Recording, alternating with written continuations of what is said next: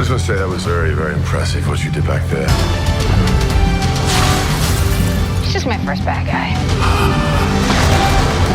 You never forget your first. I'm not like the other gods of kill.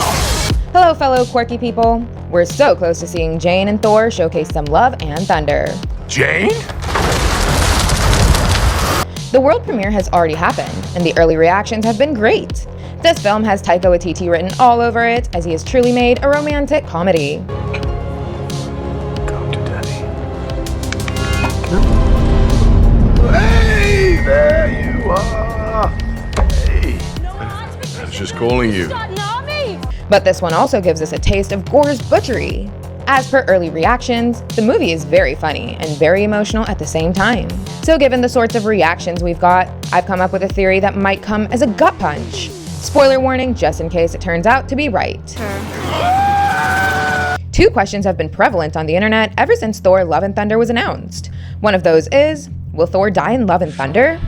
And the second one is, will Jane die in Love and Thunder? Let's start with the first one. If you ask me whether Thor Odinson would die in his upcoming movie, I'd say definitely not. Well, you're right. Chris Hemsworth claimed that Thor is still pretty young by his Guardian standards, so he doesn't want to quit playing the character just yet. And all early reactions on YouTube have stated that Love and Thunder is a good sequel to Ragnarok, and it has an obvious setup for Thor 5. So yeah, we will see our beloved God of Thunder return for sure. Back when Taika Waititi came on to direct Thor Ragnarok, he said that he would like to do a Thor trilogy in the MCU.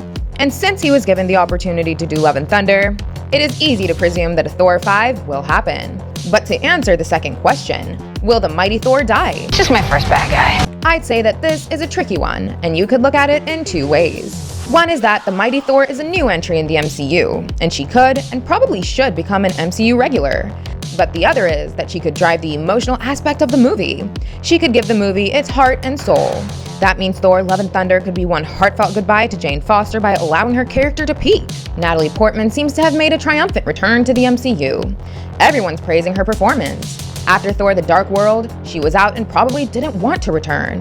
She was nowhere to be seen in Ragnarok. But then Taika convinced her to be back and actually wield Mjolnir this time.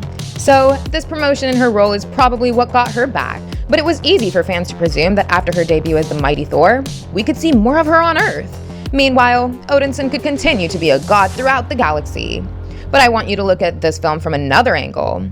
It is being called a Taika Waititi movie through and through. Back in Ragnarok, he brought massive changes to Thor and his narrative in the MCU. And he killed off many characters. The Warriors 3 perished. Even the Allfather Odin died. And the film had set up Heimdall and Loki to die right after it. So if Love and Thunder is being called an emotional one, and Thor is not the one sacrificing himself, then who is left to be killed off and make us cry in the theaters? It cannot be Valkyrie, because her demise will not motivate Thor as much as Jane Foster.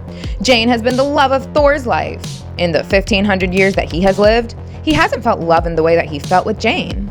So, Jane's demise against Gore the God Butcher could prove to be a huge motivational factor for Thor. You have to keep in mind that number one, Gore is the God Butcher. He has to take down at least one crucial godlike character in the movie. Even in the trailers, we can see Thor and Valkyrie fighting against Gore, but we haven't got a shot of Jane battling him. So that could mean that maybe Jane does not survive until this point. Along with Gore's story from the comics, Taika has also taken a huge inspiration from Jane's cancer arc in the comics. So with Jane's cancer playing a huge role in the movie, it is possible that she might be the one making the sacrifice play, giving her powers to Thor and allowing him to defeat Gore the God Butcher. Portman was really iffy to return after Thor 2. So Taika may have been able to convince her to return one last time because this story would be a huge send-off for Jane. She would get to be a hero in the true sense. She would get her happy and romantic moments with Thor, but her cancer would make people scared. And ultimately, she'd be put on a pedestal and sent off to Valhalla. What a beautiful story it would be for her, right? That's why I believe Jane Foster might die in Love and Thunder. It will be sad, but it will make Thor even stronger. And it will allow fans to deeply connect to this film the way they were able to do it with No Way Home through Aunt May. This is just a working theory for now, but let's see how it turns out in the end. Okay, that's all. I'd love for you guys to hit the like and subscribe buttons if you enjoyed the video. And don't forget to check out some more fun content on our channel. Thank you, and I'll see you in the next one. Goodbye!